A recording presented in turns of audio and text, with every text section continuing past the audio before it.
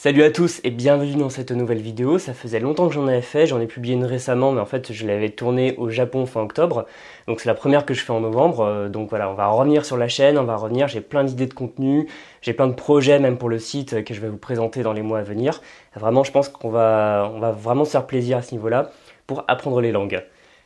Alors, dans cette vidéo, je voulais traiter un sujet que je pense avoir traité il y a très longtemps dans un vieil article, donc je pense que parmi vous, il doit y avoir 3 personnes qui l'ont lu. C'est un marronnier, une sorte de lieu commun sur l'apprentissage des langues, qu'on pourrait formuler de cette manière. Quand on parle plusieurs langues, c'est comme avoir plusieurs personnalités. Quand on change de langue, c'est comme si on changeait de personnalité. Ce qui ferait des polyglottes, des gens qui sont un peu schizophrènes comme ça, qui ont plusieurs personnalités, qui sont plusieurs personnes en une, et plus on apprend de langues, plus on devient de personnes différentes. Autrement dit, plus vous apprenez de langues, plus il y a de gens dans votre tête. Alors, moi j'ai une opinion assez tranchée à ce sujet, je ne vais pas faire de mystère, je pense que c'est faux. Je pense que ça vient d'une sorte de vision romantique de l'hypothèse de Sapir-Whorf. Bon, je vais faire ça rapidement. C'est que la langue que vous parlez va conditionner votre vision du monde, parce qu'une langue c'est un ensemble de mots, d'expressions. Et si vous n'avez pas les mots expressions pour dire autre chose que ce que la langue prévoit, vous n'allez pas pouvoir dire plus. Donc en fait, vous êtes conditionné par votre langue. Et c'est ce que disait Wittgenstein, ça c'est de la citation qu'on trouve partout sur internet. Les limites de mon langage signifient les limites de mon propre monde. Et ça c'est vrai, parce qu'à une langue correspond un univers sémantique, correspond des expressions que vous allez retrouver à diverses fréquences. Et une fois je m'étais rendu compte, je plaisantais avec ma copine dessus, je m'étais rendu compte qu'en japonais j'avais appris très tard le mot pour dire libre et que je le voyais assez rarement. Et elle m'a dit qu'elle s'était rendu compte qu'en hébreu, elle avait appris très tard le mot pour dire heureux et qu'elle le voyait assez rarement. Donc vous voyez, à blague à part, que les langues ont quand même tout un fond culturel qu'il ne faut pas négliger. Cela étant dit, j'ai assisté pendant la Podgod Conference à Fukuoka, donc au Japon, à la conférence d'un des organisateurs, Alex Rawlings, donc si jamais il regarde cette vidéo, salut. Et c'était très intéressant parce qu'il revenait, expérience à l'appui, sur ce mythe. Et il expliquait en quoi, pour lui, ça ne correspondait pas à avoir plusieurs personnalités. Et c'était très intéressant parce qu'il appuyait ça sur son expérience du terrain, sachant qu'il parle pas mal de langues à un bon niveau, donc ça en fait quelqu'un d'assez intéressant à observer pour ça. Et il prenait des expériences comme son apprentissage du russe. Donc quand il avait appris le russe, il s'est rendu compte qu'il était entouré de gens qui parlaient de manière un peu rude, un peu rustre, et qu'il s'était mis à parler comme ça. Et que quand il parlait, il avait l'impression de devenir une sorte de russe un peu mal dégrossi, qui parlait de manière franche et bourrue. A l'inverse, quand il a appris le hongrois, au début, il connaissait pas forcément beaucoup de mots, il avait du mal à s'exprimer parce que son vocabulaire était un peu limité, et donc ça lui avait façonné une sorte d'image, un peu comme pas mal de hongrois, c'est-à-dire le finno-ougriен typique, un peu taciturne, un peu taiseux, et comme ça lui évitait de parler beaucoup. Et pendant un temps, il a souscrit à cette vision, comme quoi quand on change de langue, on change de personnalité. Puis il s'est rendu compte qu'en fait c'était pas vrai, c'était un mensonge qu'il se racontait. C'était une sorte d'excuse qu'il se trouvait. En fait, le vrai problème, c'est qu'il se sentait limité par le peu de vocabulaire qu'il connaissait, par le manque d'expression, le manque de mots, etc., qui lui permettait vraiment d'exprimer toutes les facettes de sa personnalité. Et vu qu'il était limité à des choses qu'il connaissait, ça l'enfermait dans un rôle pour chaque langue. Et plus il a fait des progrès dans ses langues, plus il s'est efforcé de développer son vocabulaire avancé, varié, riche, etc., plus il a pu faire recoller cette langue à sa vraie personnalité. Et c'est pour ça que je pense que ça vient d'un manque de connaissance des langues, et souvent c'est des articles écrits par des étudiants ou des gens qui écrivent des articles de 500 mots sur des sites qui, à mon sens, sans vouloir leur faire injure, ne connaissent pas énormément de choses à l'apprentissage des langues et les ont pas forcément poussés beaucoup de langues à un bon niveau. Ce qui, à mon avis, a donné naissance à ce mythe, sachant que évidemment il y a une part de vérité. Parce que vous avez remarqué quand vous parlez à quelqu'un que vous allez finir par imiter un peu cette personne. Et la part d'imitation inconsciente qu'il peut y avoir dans l'apprentissage d'une langue est sous-estimée, à mon sens, à 2 titres. Le premier titre, c'est à quel point ça peut vous aider dans votre apprentissage, parce que si à l'heure actuelle vous trouvez que vous parlez de manière pas naturelle à votre langue cible, eh bien n'hésitez pas à vous entourer d'amis, voire à vous trouver des modèles à imiter dans cette langue, c'est-à-dire des gens qui, de manière inconsciente, vont vous transmettre des mots, des expressions, des mimiques, même du langage corporel, des Enfin voilà, énormément de choses qui passent vraiment par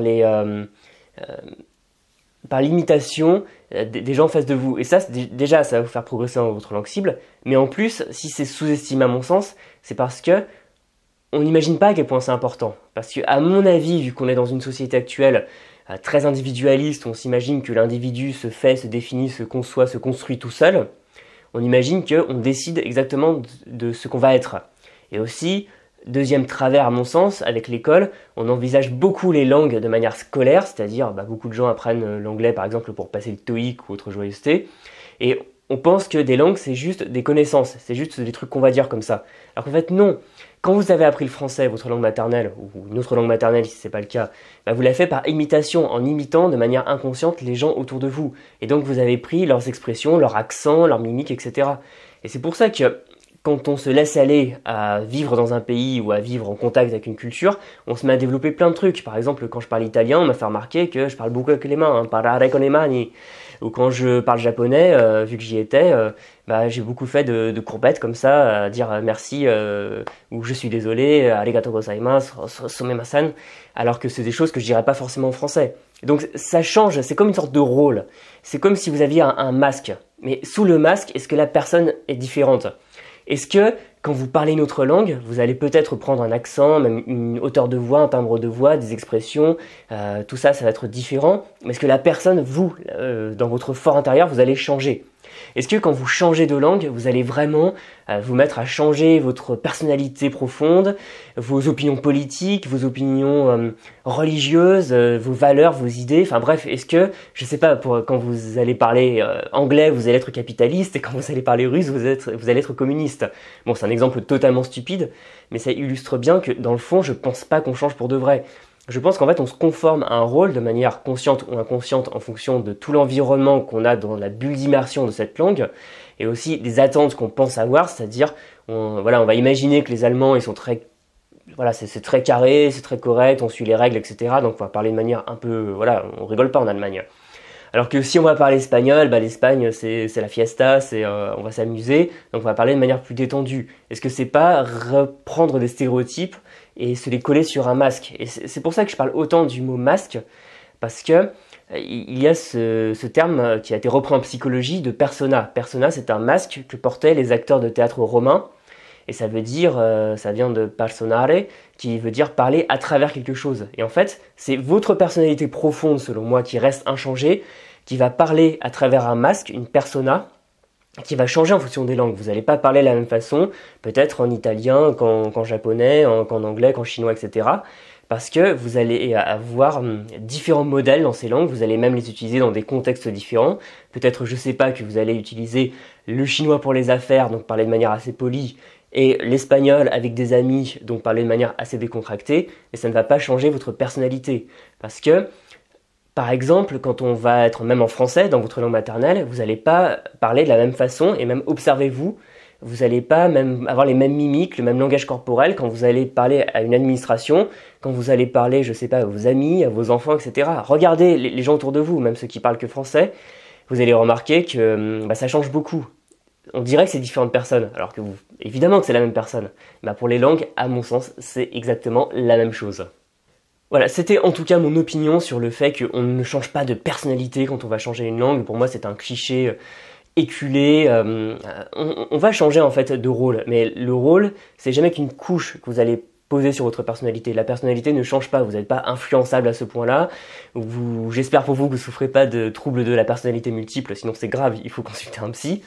Mais voilà, pour moi, la langue ne va pas changer la personnalité. Mais en revanche, ce qu'on peut tirer de ce cliché, c'est que malgré tout, il y a une part d'imitation qui est très forte et qui ne va pas toucher que la langue comme somme de grammaire et de vocabulaire, comme c'est souvent enseigné à l'école, mais une langue, c'est tout un univers culturel, c'est des références, c'est votre place dans la société, c'est aussi un langage corporel, des mimiques, une façon de parler, un registre de langue, bref, c'est plein de choses, parce qu'une langue, c'est pas seulement des mots, c'est aussi tout un ensemble culturel, et c'est ça que vous allez acquérir dans votre voyage fascinant dans les langues. J'en ai terminé avec cette vidéo, si ça vous a plu, n'hésitez pas à mettre un pouce et surtout à vous abonner à la chaîne sur laquelle on est de plus en plus nombreux. Vous pouvez aussi partager votre avis dans les commentaires, si vous pensez qu'apprendre une langue c'est changer de personnalité ou pas, pourquoi, c'est super intéressant d'en parler, de débattre là-dessus. Et pour terminer, vous pouvez toujours rejoindre mes contacts mail privés en cliquant sur le lien dans la description. Donc ça consiste en quoi? C'est les dernières nouveautés du site, de la chaîne, les solutions que je vous propose pour apprendre plus efficacement la langue de votre choix. Et en plus, en vous inscrivant, vous recevrez gratuitement ma mini-formation de 40 minutes, 25 techniques pour apprendre votre vocabulaire. On se retrouve dans une prochaine vidéo. Salut!